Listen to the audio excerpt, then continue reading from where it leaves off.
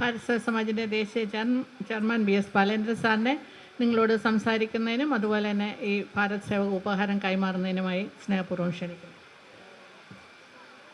ബഹുമാന്യരെ,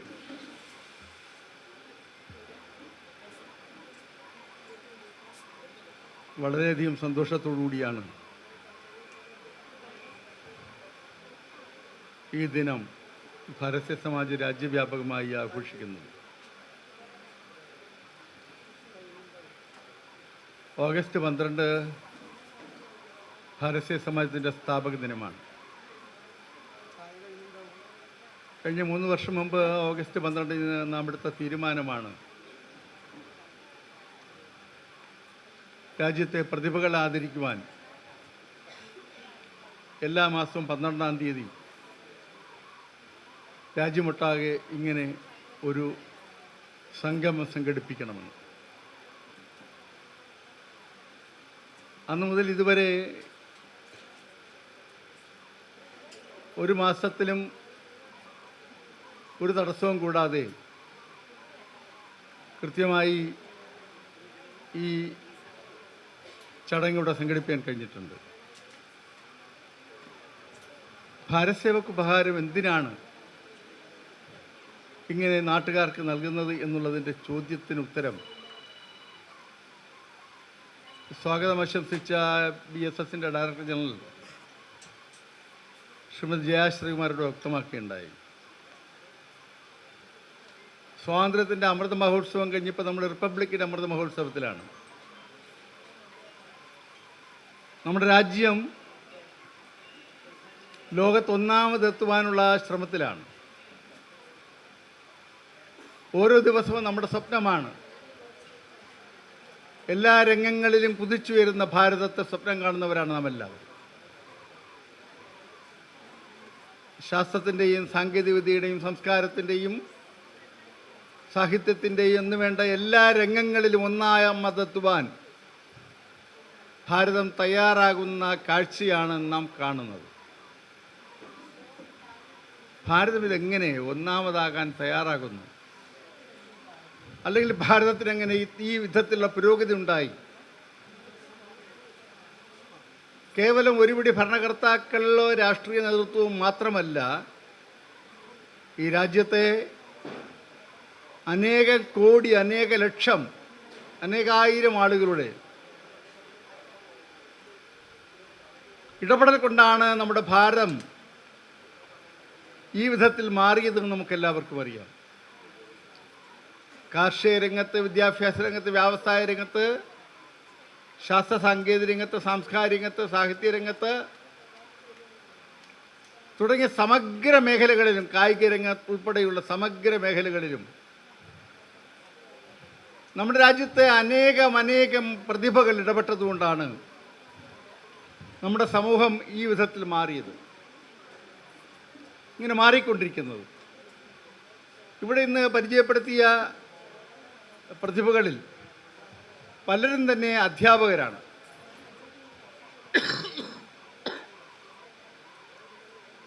അതായത് മറ്റുള്ളവരെ പഠിപ്പിക്കുന്നവരാണ്. അവർ നൃത്താധ്യാപകരാകാം, ചിത്രാധ്യാപകരാകാം, അല്ലെങ്കിൽ പൊതു അധ്യാപകരാകാം, ഏത് തരത്തിലുള്ള ആളുകളായാലും നമ്മുടെ നാടിനെ രൂപപ്പെടുത്തുന്ന പ്രക്രിയയിൽ ഏർപ്പെട്ടിരിക്കുന്നവരാണ് ഇവരെല്ലാം തന്നെ. ഭാരതത്തെ കെട്ടിപ്പടുക്കുന്നതിന് വേണ്ടി, ഭാരതത്തെ മുന്നോട്ട് നയിക്കുന്നതിന് വേണ്ടി, ഒരു ശക്തമായ ഭാരതത്തെ രൂപപ്പെടുത്തിയെടുക്കുന്നതിന് വേണ്ടി അധ്വാനം ചെയ്യുന്ന ആളുകളാണ് ഈ ഇവിടെ കൂടിയിരിക്കുന്ന ആളുകൾ. ഇങ്ങനെയുള്ള ആളുകളെ കണ്ടെത്തി ആദരിക്കുക എന്നുള്ളതാണ് ഭാരതീയ സമാജത്തിൻ്റെ ലക്ഷ്യം. ഇത് ദേശീയ പുരസ്കാരമാണ്. ദേശീയ തലത്തിൽ നൽകപ്പെടുന്ന ഒരു പുരസ്കാരമാണ് ഭാരത് സേവക് ഉപഹാരം. അപ്പോൾ ഇതിൻ്റെ പ്രത്യേകത തന്നെ രാജ്യത്തെ, നമ്മുടെ ഭാരതത്തെ രൂപപ്പെടുത്തിയെടുക്കുവാൻ തങ്ങളാലാവുന്ന കർമ്മങ്ങൾ നിർവഹിച്ച വ്യക്തികളെ കണ്ടെത്തി ആദരിക്കുക എന്നുള്ളതാണ്. ഞാനൊരു ഭാരത് സേവക് ആണ് എന്ന് സ്വയം പറയുവാൻ ഉള്ള ഒരു മേൽവിലാസമാണ് ഈ ഭാരത് സേവക് ഉപഹാരത്തിലൂടെ നൽകുന്നത്. ദേശീയ വികസന ഏജൻസിയായ ഭാരതീയ സമാജ് നൽകുന്നത്. ഇന്ത്യൻ പാർലമെൻറ്റ് രൂപീകരിച്ച ദേശീയ പ്രസ്ഥാനമാണ് ഭാരതീയ സമാജ്. ഇതുപോലെ മറ്റൊരു പ്രസ്ഥാനം രാജ്യത്തുണ്ടായിട്ടില്ല. ദേശീയ ആസൂത്രണ കമ്മീഷന്റെ ശുപാർശ പ്രകാരം പാർലമെന്റ് രൂപീകരിച്ച വികസന ഏജൻസിയാണ് ഭാരത് സേവ സമാജ്. ഈ പ്രസ്ഥാനമാണ് ഇങ്ങനെ രാജ്യത്തെ പ്രതിഭകൾ ആദരിക്കുന്നത്. നിങ്ങൾ ധാരാളം സമ്മേളനങ്ങൾ പങ്കെടുത്തിട്ടുണ്ടാകും, ധാരാളം പുരസ്കാരങ്ങൾ നേടിയിട്ടുണ്ടാകും. ഇവിടെ പുരസ്കാരങ്ങൾ നേടിയ നിരവധി ആളുകളുണ്ട്. പക്ഷേ സമൂഹത്തിൻ്റെ വ്യത്യസ്ത മേഖലകളിലുള്ള ഇത്രയധികം ആളുകളെ ഒന്നിച്ച് വിളിച്ചുകൂട്ടി അവരെ ഒന്നിച്ചിരുത്തി ആദരിക്കുവാൻ തയ്യാറായിട്ടുള്ള മറ്റു ചടങ്ങിൽ നിങ്ങൾ ആരെങ്കിലും ഇതുവരെ പങ്കെടുത്തിട്ടുണ്ട് എന്ന് എനിക്ക് തോന്നുന്നില്ല. പങ്കെടുത്തിട്ടുണ്ടോ? ഇത് നിങ്ങളുടെ ജീവിതത്തിലെ ഒരു അനുഭവമാണ്. കാരണം ആ വിധത്തിലാണ് ഇവിടെ ഇത് സംഘടിപ്പിച്ചിരിക്കുന്നത്. സമൂഹത്തിൻ്റെ വ്യത്യസ്ത കോണുകളിൽ വ്യത്യസ്ത മേഖലകളിൽ പ്രവർത്തിക്കുന്ന ആളുകളാണ് നമ്മുടെ ഈ ചടങ്ങിൽ പങ്കെടുക്കുന്ന ഉപഹാരങ്ങൾ സ്വീകരിക്കുന്നത്. ഇവരെ ഓരോരുത്തരെയും കാണുമ്പോൾ ഇവരെ ഓരോരുത്തരിൽ നിന്നുള്ള അവരുടെ അനുഭവങ്ങൾ, അവരുടെ അറിവ് കേട്ടറിയുമ്പോൾ ഉണ്ടാകുന്ന സന്തോഷം വളരെ വലുതാണ്. അവർ ഭാരതത്തിന് നൽകുന്ന സംഭാവന, ലോകത്തിന് നൽകുന്ന സംഭാവന വളരെ വലുതാണ്. ആർട്ടിഫിഷ്യൽ ഇൻ്റലിജൻസിൻ്റെ കാലമാണിത്. നമ്മെ തന്നെ അതേപോലെ ചിത്രീകരിക്കുന്ന, അല്ലെങ്കിൽ നമ്മുടെ പൂർവികരെ തന്നെ അതേപോലെ ചിത്രീകരിക്കുന്ന ധാരാളം സംവിധാനങ്ങൾ വന്നുകൊണ്ടിരിക്കുകയാണ്. ഇന്ന് ഞാനൊരു വീഡിയോ കാണുവാനിടയായി. ദിവംഗതനായ അവരുടെ പിതാവിനെ വിവാഹത്തിൽ പങ്കെടുപ്പിക്കണം. അപ്പം അത് വെച്ച് പിതാവിനെ ആ വിവാഹത്തിൽ പങ്കെടുപ്പിക്കുന്നതായിട്ട് അവർ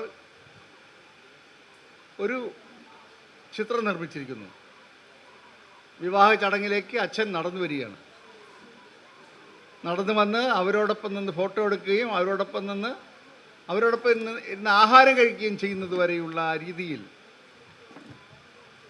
ആർട്ടിഫിഷ്യൽ ഇൻ്റലിജൻസിൻ്റെ ക്രിയേഷൻ നമ്മുടെ ലോകത്ത് ഒരു ചെറിയ, അത് എഐയുടെ ഒരു ചെറിയ ഇടപെടൽ മാത്രമാണ്. എഐയുടെ ഇടപെടൽ എന്ന് പറയുന്നത് എല്ലാ രംഗങ്ങളിലും നമ്മെ കൂടുതൽ കരുത്തരാക്കുകയും അല്ലെങ്കിൽ റീപ്ലേസ് ചെയ്യുകയും ചെയ്യുന്ന നിലയിൽ പോലും വരുമെന്നുള്ള ഭയത്തിലാണ് ലോകം. പക്ഷേ ഇതൊക്കെ പറയുമ്പോൾ നമ്മുടെ അറിവിൻ്റെ അഭാവമാണ്. നമ്മുടെ സമൂഹം നിലനിൽക്കുന്നത് ഊർജത്തിൻ്റെ അടിസ്ഥാനത്തിൽ. ഊർജമാണ് നമ്മുടെ കരുത്തെന്ന് പറയുന്നത്. ഊർജം. നിരവധി ഡോക്ടർമാർ ഇവിടെ ഇരിപ്പുണ്ട്. ഊർജമാണ് നമ്മുടെ കരുത്തെന്ന് പറയുന്നത്. പക്ഷേ പ്രപഞ്ചത്തിൻ്റെ ഊർജത്തിൽ നാം എത്ര ശതമാനം നമുക്കിതുവരെ ഉപയോഗപ്പെടുത്താൻ പറ്റിയിട്ടുണ്ട് എന്നുള്ളതാണ്. പ്രപഞ്ചശക്തിയുടെ ഊർജത്തിൽ 1% പോലും നാം ഉപയോഗപ്പെടുത്തിയിട്ടില്ല എന്നുള്ളതാണ്. പ്രപഞ്ചശക്തിയുടെ ഊർജത്തിൻ്റെ ഭൂരിഭാഗവും ബ്ലാക്ക് എനർജിയായി അവശേഷിക്കുന്നു. Black energy.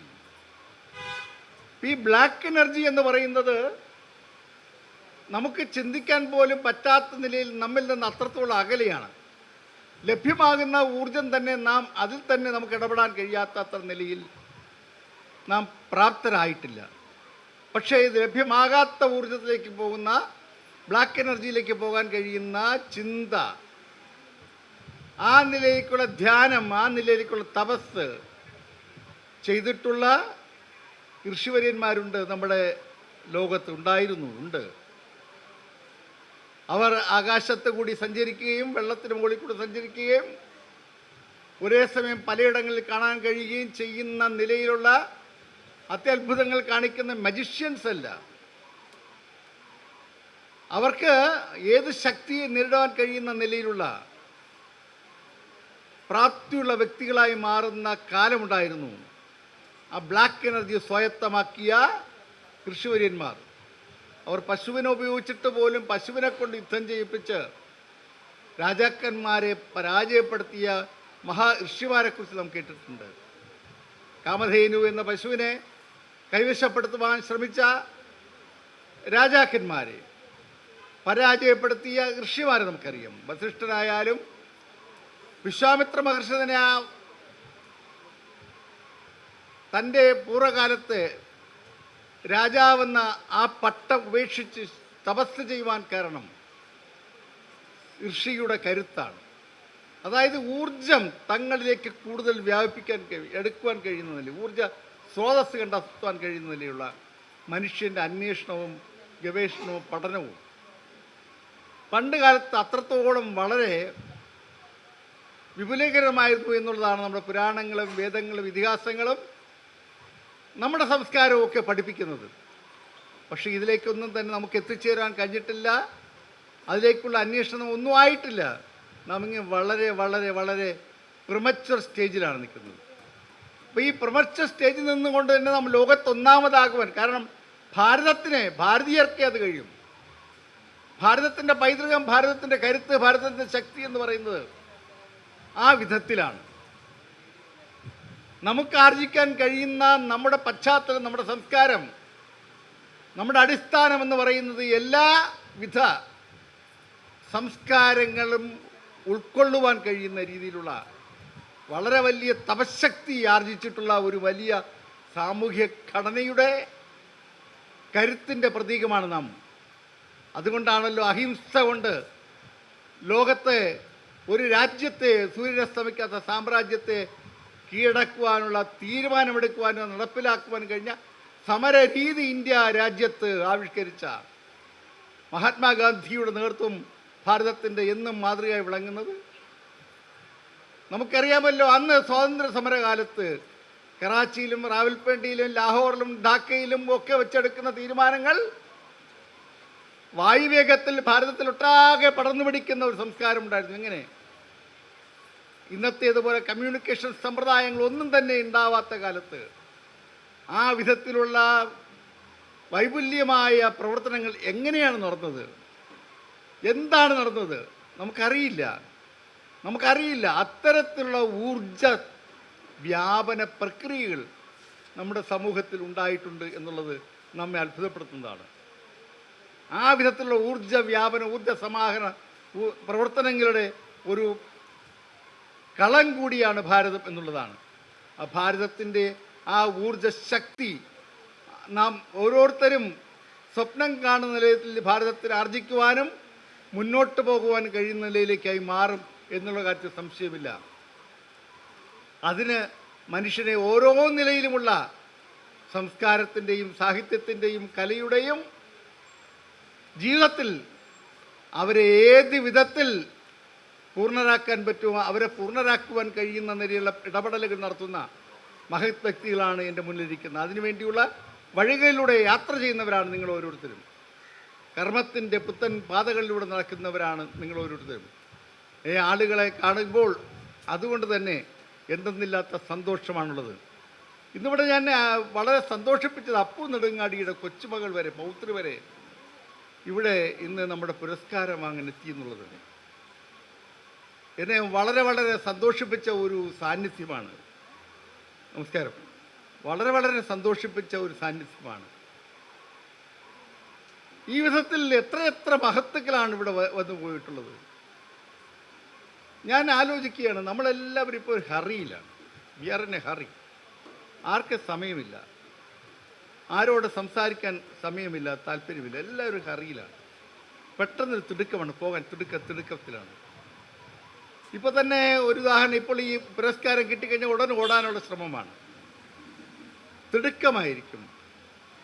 നിന്ന് 2 മിനിറ്റ് അല്ലെങ്കിൽ 3 മിനിറ്റോ 5 മിനിറ്റോ കൊണ്ട് തങ്ങളുടെ മനസ്സിലെ ആശയങ്ങൾ കൈമാറ്റം ചെയ്യുവാനും കേൾക്കുവാനും കഴിയുന്ന മനസ്സാന്നിധ്യം പിടിച്ചു നിർത്തുവാൻ നമുക്ക് കഴിയുന്നില്ല എന്നുള്ളതാണ്. നാം ഇവിടെ പല കാര്യങ്ങൾ ഏറ്റെടുക്കാറുണ്ട്, ചെയ്യാറുണ്ട്. എന്നോട് പലരും ചോദിക്കാറുണ്ട്, ഇതെങ്ങനെയാണ് ബാലേന്ദ്ര ഇതൊക്കെ ചെയ്യുന്നതെന്ന്. അപ്പോൾ ചെയ്യാൻ നമ്മളെന്താ ചെയ്യുന്നതിന് ബുദ്ധിമുട്ടെന്താ എന്ന് ഞാൻ തിരിച്ചു ചോദിക്കാറുണ്ട്. എനിക്കൊരു തിടുക്കവും തോന്നാറില്ല. പക്ഷെ നമ്മളെല്ലാം തിടുക്കത്തിലാണ്. നിങ്ങൾ ആലോചിച്ച് നോക്കൂ, ഭയങ്കര തിടുക്കത്തിലാണ്. നമ്മുടെ നേതാക്കന്മാർ വളരെ തിടുക്കത്തിലാണ്. അവർക്കൊരാളെയും കാണുവാൻ സമയമില്ല. കണ്ടാൽ 1 മിനിറ്റ് 2 മിനിറ്റ് ഇങ്ങനെ ഓട്ടമാണ്, ഓടിക്കൊണ്ടേയിരിക്കുകയാണ്. വേറെ ഹറി എന്ന് പറയൂലേ, ഒരു വളരെ വലിയ ഹറിയാണ്. പക്ഷേ എന്നെ അത്ഭുതപ്പെടുത്തി നമ്മുടെ പ്രധാനമന്ത്രി ശ്രീ നരേന്ദ്രമോദി ചില യോഗങ്ങളിൽ പങ്കെടുക്കുന്നുണ്ട്. അദ്ദേഹം വന്നിങ്ങനെ വളരെ ശാന്തമായി വന്ന് സംസാരിച്ച് ശാന്തമായി പോകുന്നതാണ് കാണുന്നത്. പുള്ളി ഇങ്ങനെ ഓടുന്നത് ഞാൻ കാണാറില്ല. പലപ്പോഴും എന്നെ അത്ഭുതപ്പെടുത്തിയിട്ടുള്ള കാര്യമാണ് അദ്ദേഹത്തിൻ്റെ ഒരു നടത്തയും ആളുകളെ നോക്കുകയും ചെയ്യുന്ന രീതി. വളരെ ശാന്തമായിട്ടാണ് അദ്ദേഹം നടന്നു വരുന്നത്. ഞാൻ പ്രധാനമന്ത്രിയുടെ മാർക്കറ്റിംഗ് അല്ല നടത്തുന്നത്, അതുകൂടെ പറയാം കേട്ടോ, നിങ്ങളങ്ങനെ തെറ്റിദ്ധരിക്കരുത്. ചില ആളുകൾ നാം കാണേണ്ടത് pop,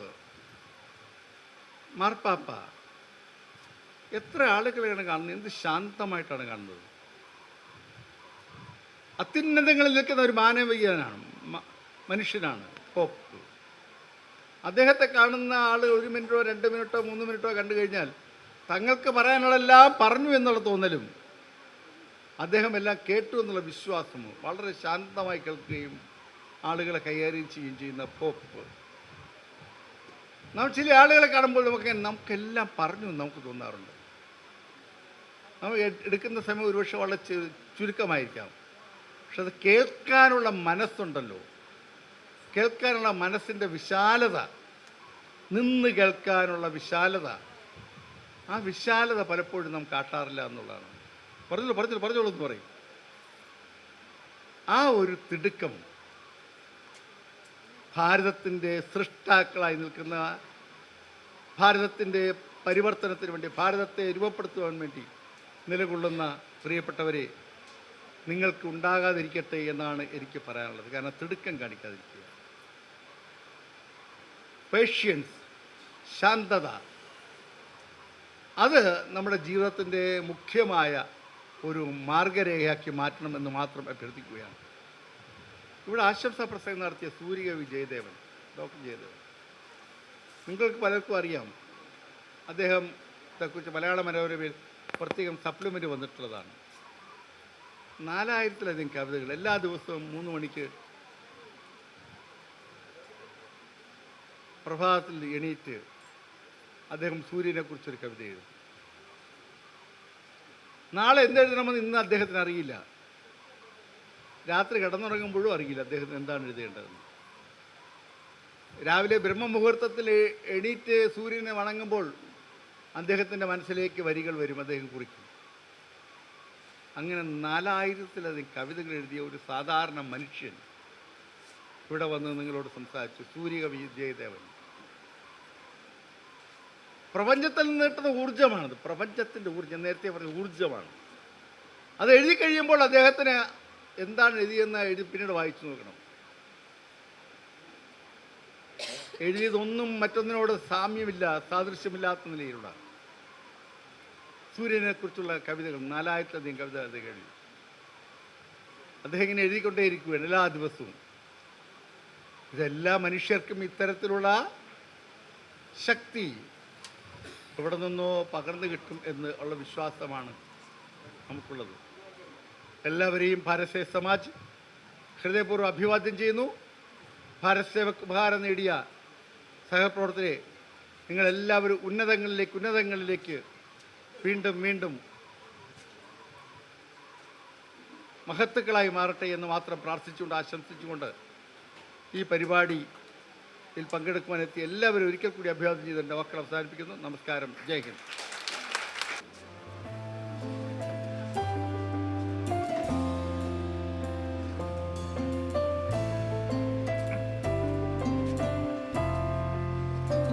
doctor Vivek K Nambiar,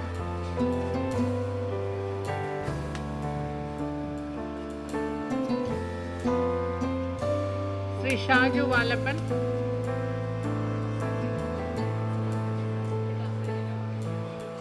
doctor A.K. Pradeep,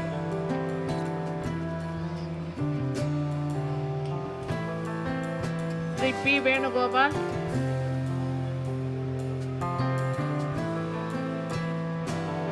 doctor Indulekha K,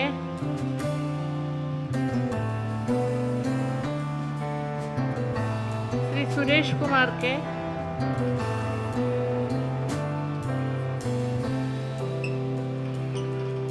Shri Biju कारकोणम,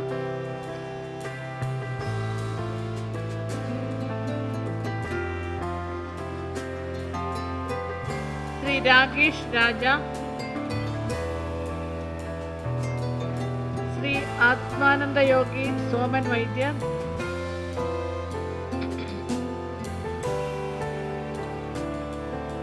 doctor E.K. Govind Varma राजा,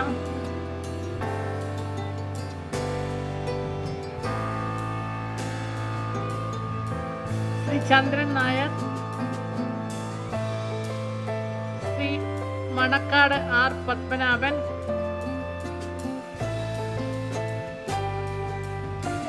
Shri Kudavanad Surendran,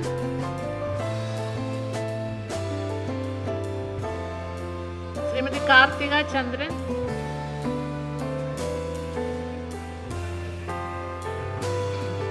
Shrimati Meena Anilkumar,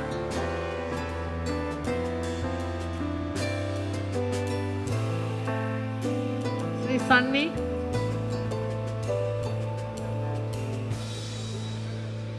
Shri Anoop V John,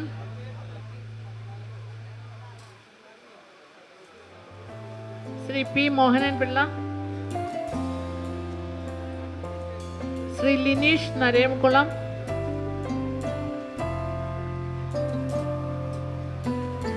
Shri Prasad Bhaskara, Shri Palayam Ashok,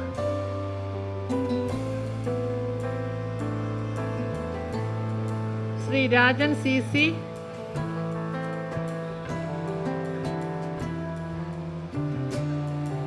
Shrimati Meera Pratap,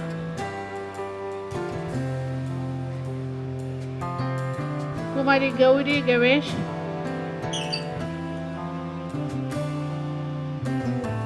Kumari Sivalakshmi,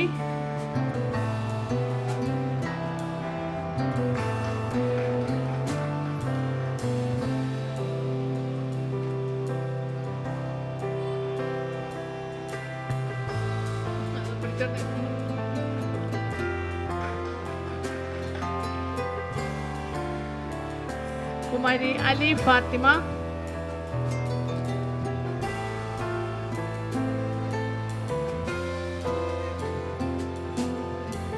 Shrimati Darshini Shyam,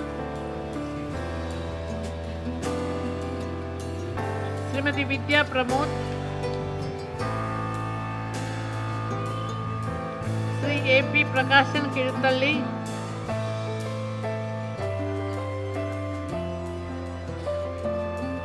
Shri N M Rajeev,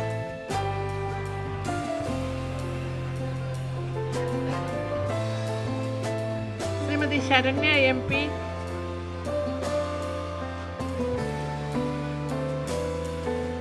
Shri Kalamandalam Sathyavrathan,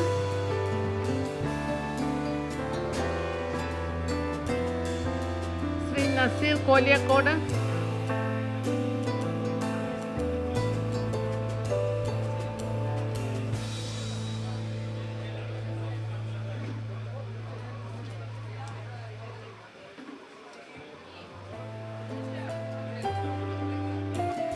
Shrimati Jayasree Krishnakumar,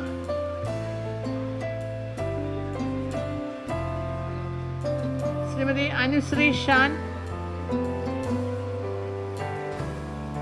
Shrimati Nijitha Ramachandran,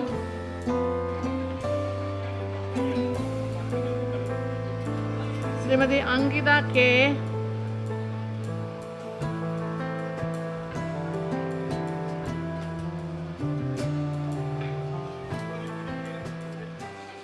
ഇതോടുകൂടി ഉപഹാര സമർപ്പണ ചടങ്ങ് അവസാനിക്കുകയാണ്.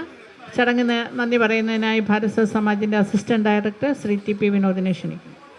ആദരണീയനായ ഭാരത് സേവക് സമാജിൻ്റെ ദേശീയ chairman doctor B S Balachandran അവർകൾ, ദേശീയ general secretary Shrimati Jaya Sreekumar, director Shrimati Manju Sreekantan, ക്ഷണിക്കപ്പെട്ട അവാർഡ് സ്വീകർത്താക്കളെ, സുഹൃത്തുക്കളെ, ഡോക്ടർ ബി എസ് ബാലചന്ദ്രൻ അവർകളുടെ നേതൃത്വത്തിലുള്ള ന്യൂഡൽഹിയിലെ സെൻട്രൽ ഭാരത് സേവക് സമാജ് സ്വാതന്ത്ര്യാനന്തര ഭാരതത്തിൽ ഇന്ത്യയുടെ പ്രഥമ പ്രധാനമന്ത്രിയും നവഭാരത ശില്പിയുമായ പണ്ഡിറ്റ് ജവഹർലാൽ നെഹ്റു ദേശീയ വികസനത്തിന് ആക്കം കൂട്ടുവാൻ മാനവ വിഭവശേഷി സമാഹരിച്ചുകൊണ്ട് രാഷ്ട്ര പുനർനിർമ്മാണ പ്രക്രിയകൾക്കും ജനപങ്കാളിത്തം ഉറപ്പുവരുത്തുന്നതിനും വേണ്ടി രാഷ്ട്രത്തിന് സമർപ്പിച്ച രാഷ്ട്രീയേതരവും മതപരമായോ വർണ്ണവർഗ വ്യത്യാസവും അസമത്വങ്ങളും ഇല്ലാതെ രാജ്യത്തിൻ്റെ ഐക്യവും അഖണ്ഡതയും എക്കാലവും നിലനിർത്തുവാൻ ഉദ്ദേശിച്ചുകൊണ്ട് രാജ്യത്തിന് സമർപ്പിക്കപ്പെട്ട ഈ മഹാപ്രസ്ഥാനത്തിൻ്റെ മികവ് ഇന്ന് പാർശ്വവൽക്കരിക്കപ്പെട്ടു പോയ വലിയ ഒരു ജനവിഭാഗത്തെ സമൂഹത്തിൻ്റെ മുഖ്യധാരയിൽ വിദ്യാഭ്യാസപരമായും സാമൂഹ്യപരമായും എത്തിക്കുവാൻ കഴിഞ്ഞു എന്നത് BSSൻ്റെ നേതൃത്വം അഭിമാനിക്കുമ്പോൾ അതിന് പങ്കാളിത്തം വഹിച്ച ഈ രാജ്യത്തെ സാമൂഹിക സേവന രംഗങ്ങളിൽ പ്രവർത്തിക്കുന്ന രാജ്യസ്നേഹികളും ആത്മാർപ്പണ ബോധമുള്ള വ്യക്തിത്വങ്ങളെയും ദേശീയ തലത്തിൽ ആദരിക്കുവാൻ ഭാരത് സേവക് സമാജിൻ്റെ ദേശീയ ചെയർമാൻ തീരുമാനിച്ചു നടപ്പിലാക്കി വരുന്നതും കേരളത്തിലും മറ്റു സംസ്ഥാനങ്ങളിലും ദേശീയ പുരസ്കാരം നൽകി വരുന്നതിനോടൊപ്പം ഇന്ന് BSSൻ്റെ സെൻട്രൽ പ്രോഗ്രാം ഓഫീസിൽ നടന്നു വന്ന ചടങ്ങിന് നന്ദി പറഞ്ഞുകൊള്ളട്ടെ. ഈ ചടങ്ങിൻ്റെ അധ്യക്ഷത വഹിച്ച ഭാരത് സേവക് സമാജിൻ്റെ ദേശീയ അധ്യക്ഷൻ ആദരണീയനായ ഡോക്ടർ BS ബാലചന്ദ്രൻ അവർക്ക് BSSൻ്റെ പേരിൽ ഹൃദ്യമായ നന്ദി രേഖപ്പെടുത്തുന്നു. ഭാരത് സേവക് സമാജിൻ്റെ ദേശീയ ജനറൽ സെക്രട്ടറിയും BSSൻ്റെ ഡയറക്ടർ ജനറലുമായ ശ്രീമതി ജയ ശ്രീകുമാറിന് ഭാരത് സേവക് സമാജിൻ്റെ ഹൃദ്യമായ നന്ദി രേഖപ്പെടുത്തിക്കൊള്ളുന്നു. ഭാരത് സേവക് സമാജിൻ്റെ director Shrimati Manju Sreekantan, joint director Shrimati Sindhu Madhu എന്നിവർക്ക് ഭാരത് സേവക് സമാജിൻ്റെ പേരിലും എൻ്റെ പേരിലും ഹൃദ്യമായ നന്ദി രേഖപ്പെടുത്തിക്കൊള്ളുന്നു. ഈ അവാർഡ് സ്വീകരിക്കുവാൻ ഇവിടെ ക്ഷണിക്കപ്പെട്ട് എത്തിച്ചേർന്നിട്ടുള്ള എല്ലാ അവാർഡ് സ്വീകർത്താക്കൾക്കും ഭാരത് സേവക് സമാജിൻ്റെ പേരിൽ ഹൃദ്യമായ നന്ദി രേഖപ്പെടുത്തിക്കൊണ്ട് ഞാൻ എൻ്റെ വാക്കുകൾ ഉപസംഹരിക്കുന്നു. ജയ് ഹിന്ദ്. ദേശീയ ഗാനം. जनगण मन अधिनायक जय हे भारत भाग्य विधाता, पंजाब सिंध गुजरात मराठा द्राविड उत्कल बंगा, विंध्य हिमाचल यमुना गंगा उच्चल जलधि तरंगा, तव शुभ नामे जागे, तव शुभ आशीष मांगे, गाहे तव जय गाथा। जन गण मंगलदायक जय हे भारत भाग्य विधाता, जय हे जय हे जय हे जय जय जय जय हे।